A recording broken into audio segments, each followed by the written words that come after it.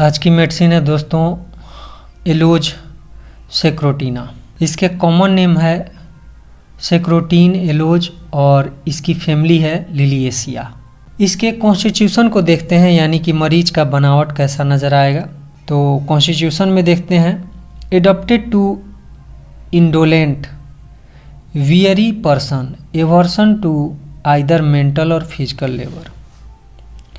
अब ये उन लोगों के लिए ज़्यादा यूजफुल होता है जो बिल्कुल बैठे रहना चाहते हैं, इंडोलेंट यानी ज़्यादा हिल डोल करने का कोशिश नहीं करते हैं या उनकी इच्छा नहीं करती है। वियरी यानी थका हुआ, एनर्जी की कमी नज़र आती है इन लोगों में, तो इसलिए ये ज़्यादा मूव भी नहीं करना चाहते हैं, नहीं तो फिजिकली और ना ही मेंटली। नहीं तो ये शरीर से चाहते हैं कि कोई हम मेहनत करें और ना ही चाहते हैं कि मानसिक रूप से हम कोई लेबर यानी मेहनत करें।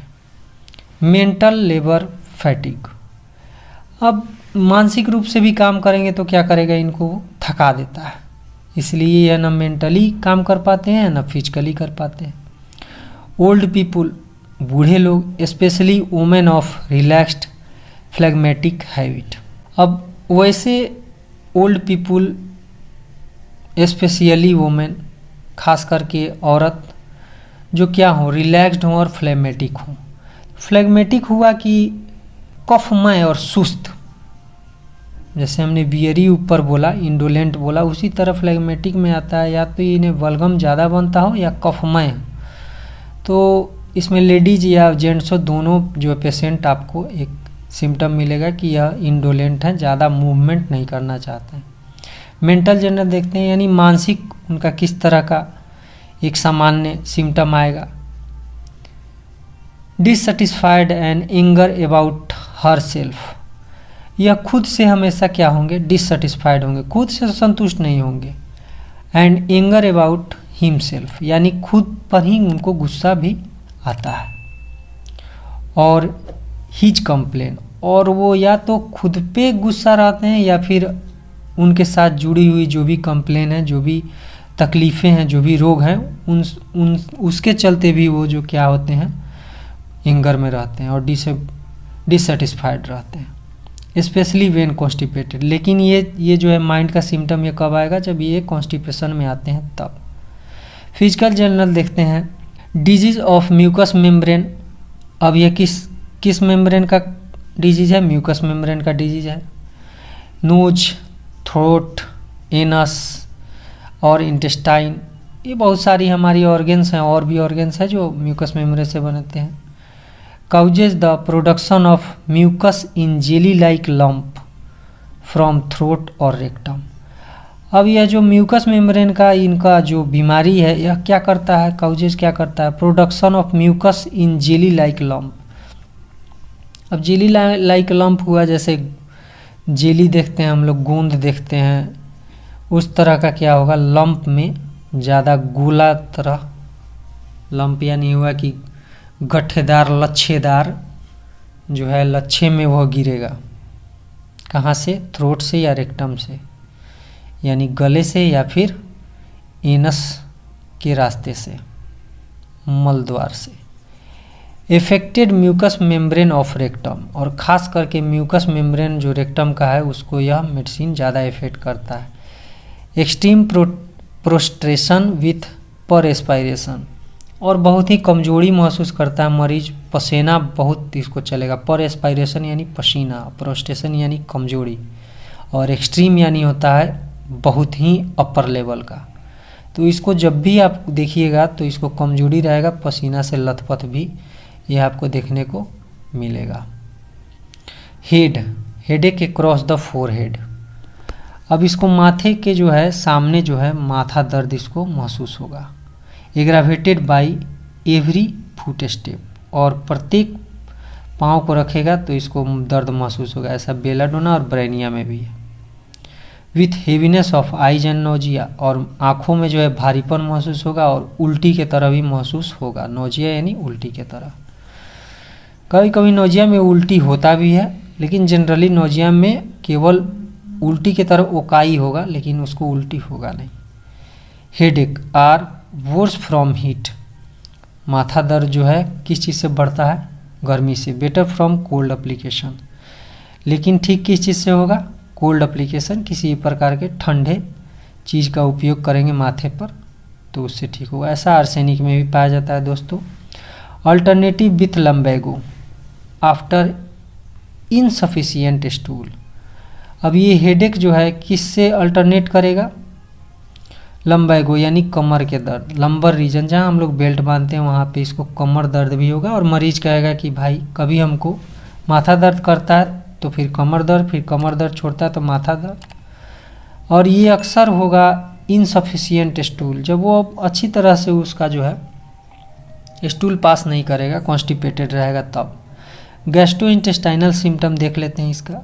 डायरिया होगा इसको, यानी पेट क्या होगा, ढीला होगा। Has to hurry to closet immediately after eating. अब क्लोसेट यानी होता है टॉयलेट, यानी कि टॉयलेट के गेट को ये तुरंत बंद करेगा, यानी तुरंत इसको जाना होगा अंदर, जैसे ही खाएगा वैसे ही। एंड आफ्टर ड्रिंकिंग, खाने या पीने के बाद इसको तुरंत जो है पेट जो है गुड़गुड़ाएगा और भागेगा टॉयलेट की तरफ, टॉयलेट के अंदर। ऐसा क्रोटन टीग में भी होता है। With want of confidence in sphincter any. अब स्फिंक्टर एनी जो है एनस में ही रेक्टम में पाया जाता है, जहाँ जो है मसल है ये। और जब भी हमारा पेट जब लूज होता है तो हम लोग जो स्क्वीज करते हैं या फिर उसको कंट्रोल करने की कोशिश करते हैं, इसी मसल के द्वारा करने की कोशिश करते हैं। और वहाँ ये इस चीज़ को कॉन्फिडेंसली नहीं कर पाएगा, इसका कंट्रोल वहाँ पे भी, यानी हो सकता है कि अब भागे भागे तब तक जो है पॉइंट में ही इसको डायरिया जो है लूज स्टूल हो जाए, ऐसा हो सकता है दोस्तों। ऐसा driving out of bed early in the morning, और सुबह में जैसे ही इसकी आँख जो खुलती है तो यह भागेगा तुरंत बेड से उठ के उछल के भागेगा, कहाँ, टॉयलेट के लिए। ऐसा किस में भी है, सोरिनम में है, रिमेक्स में है और सल्फर में। When passing flatus sensation as if stool would pass with it. When passing flatus यानी जब वह गैस जो है उसके एनस से पास होगा, मल द्वार से पास होगा गैस, तो उसको लगेगा कि जैसे इसके साथ साथ स्टूल भी बाहर आ गया। और इसलिए होगा क्योंकि उसको स्फिंक्टर एनाई में कंट्रोल नहीं है, कॉन्फिडेंस नहीं है, हम लोग ऊपर पड़े थे। और ऐसा किस में होता है, ऐसा ओलिएंडर में, म्यूरेटिक एसिड में और नाइट्रम म्यूर में होता है। कोलिकी देखते हैं इसमें, यानी पेट में मरोड़ दर्द, cutting gripping pain in right lower portion of abdomen. अब दाहिने तरफ, पेट के दाहिने तरफ क्या होगा, इसको ऐसा लगे कि मरोड़ हो रहा है, दर्द हो रहा है, कुछ कटने जैसा, इस तरह का दर्द करेगा। एक्सक्रिएटिंग बिफोर और ड्यूरिंग स्टूल। अब मरोड़ की तरह, एक ऐंठन की तरह पैखाना करने से पहले और पैखाना करने समय इसको महसूस होगा।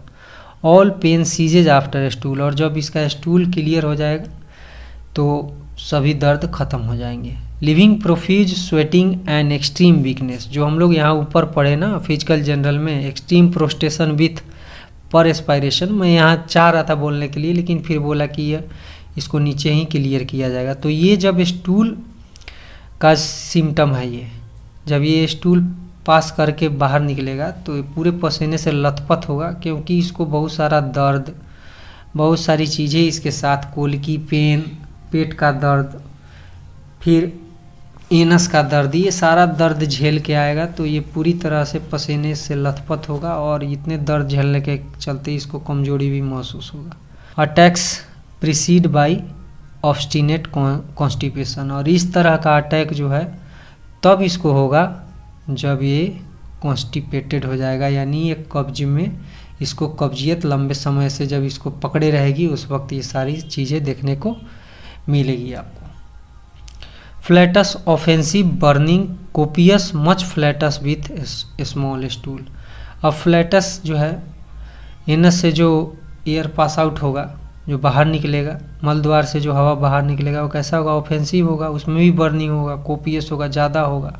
Much flatus with small stool, लेकिन फ्लैटस के साथ साथ उसमें कुछ न कुछ स्टूल का भी भाग देखने को मिल सकता है। चूँकि ऊपर हम लोगों ने देखा है कि स्फिंक्टर एनाई में क्या होगा, इसका कॉन्फिडेंस नहीं होगा। ऐसा एगरिकस में भी दोस्तों आपको देखने को मिलेगा। Burning in anus after passage of flatus. अब ये वही बोल रहा है कि जब बर्निंग होगा एनस में, जब यह फ्लैटस यानी एनस से गुदाद्वार से जब यह गैस को पास आउट करेगा। नेक्स्ट सिम्टम देखते हैं, solid stool and masses of mucus passes involuntary. अब स्टूल कैसा होगा इसका, सॉलिड भी हो सकता है। देखिए उधर डायरिया के बारे में बोल रहा था, अभी सॉलिड के बारे में बोल रहा है। जब ये कॉन्स्टिपेटेड होगा तो उस वक्त तो सॉलिड निकलेगा ही। पासेस विथ म्यूकस, और उसमें लंप ऑफ म्यूकस जो हम लोग ऊपर पढ़े थे तो उसके साथ ये निकलेगा स्टूल। हंग्री ड्यूरिंग डायरिया, और इसको जब डायरिया होगा, जब भी इसका पेट ढीला होगा तो इसको क्या होगा, भूखा महसूस होगा। यानी खाएगा, वहीं जो हम लोग पढ़े थे, खाएगा फिर जाएगा फिर आएगा फिर खाएगा, ऐसे खाते आते जाते रहेगा। Before stool rumbling violent sudden urging heaviness in the rectum. अब स्टूल करने से पहले इसको रम्बलिंग यानी गड़गड़ाहट, वायलेंट सडन अर्जिंग, बहुत ही वेग के साथ इसको लगेगा कि अब तुरंत हमको जाना चाहिए टॉयलेट के अंदर। हेवीनेस इन द रेक्टम, बराबर रेक्टम भारी महसूस होगा, ऐसा लगेगा कि इसमें कुछ और मल अटका हुआ है, कुछ अटका हुआ है। During stool tenesmus and much flatus. Tenesmus यानी होता है कि एक जो है टीस देता हुआ दर्द, फाड़ता हुआ, ऐसा लगे कि कुछ मेरे एनस को फाड़ रहा है, चीर रहा है जब यह स्टूल करेगा उस वक्त। मच फ्लैटस, बहुत ज़्यादा गैस पास आउट करेगा। आफ्टर स्टूल फेंटनेस, उधर भी हम लोगों ने पढ़ा था कि स्टूल के बाद क्या होता है, प्रोस्टेशन यानी बहुत ही ज़्यादा वीकनेस, और पर एस्पिरेशन यानी बहुत ज़्यादा पसीना। तो वही बोल रहा है कि इसको क्या होगा, फेंटनेस होगा।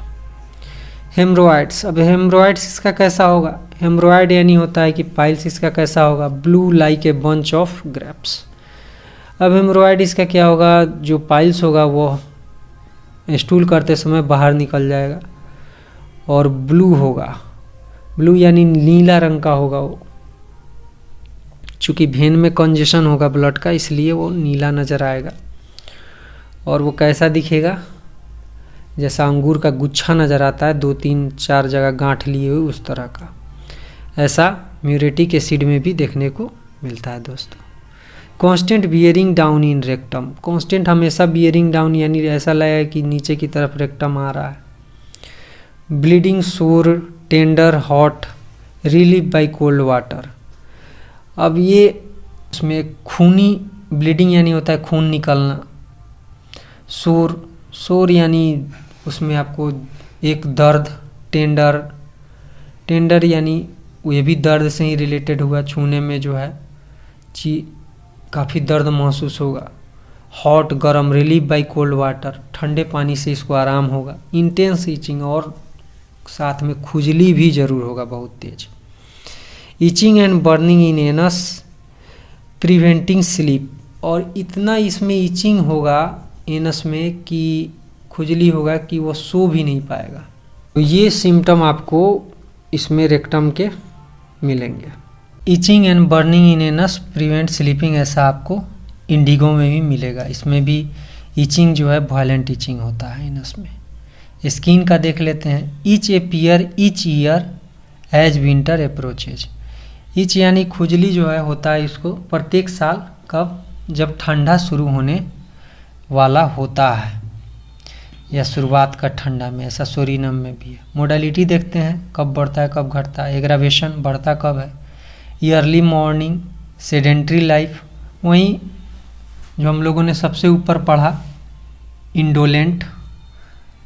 इंडोलेंट पर्सन जो है या फ्लेगमेटिक जो है, ये इसी चीज़ के लिए यूज किया जाता है। जो सेडेंट्री लाइफ यानी सुस्त और बैठे बैठे जो अपने जीवन को गुजारते हैं, उनमें आपको यह चीज़ देखने को मिलेगा। सेडेंट्री लाइफ से यह रोग बढ़ता है।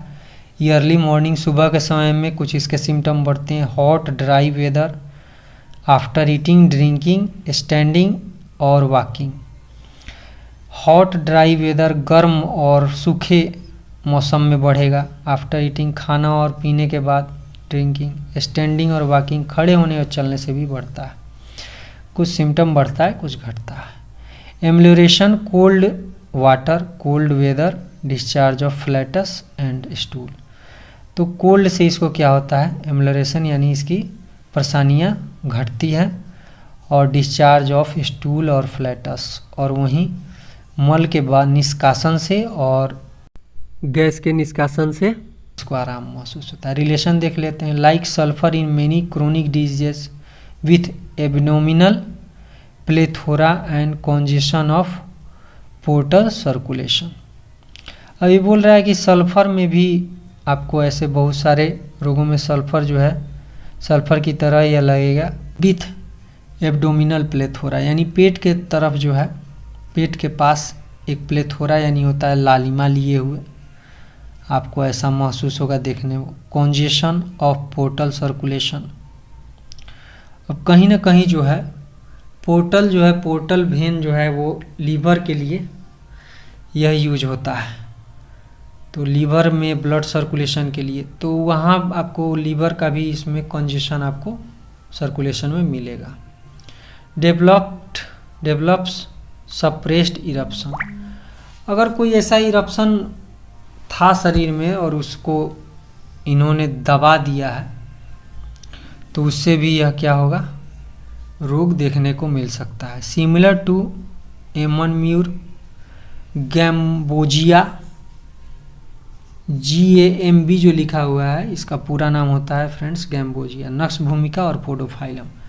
अब ये इन सारे मेडिसिनों में क्या है, एक समानता, आपको कुछ समानता आपको एलोज से मिलेगी। तो ये मेडिसिन थी फ्रेंड्स एलोज। आपको वीडियो कैसी लग रही है? अगर ये वीडियो आपके लिए यूज़फुल है, आपको अच्छी लग रही है, तो वीडियो को लाइक करें, और चैनल पे नए हैं तो चैनल को सब्सक्राइब करें और ऑल का नोटिफिकेशन ऑन कर लें, ताकि मेरी हर वीडियो का नोटिफिकेशन यानी कि मैसेज आप तक पहुंच जाए।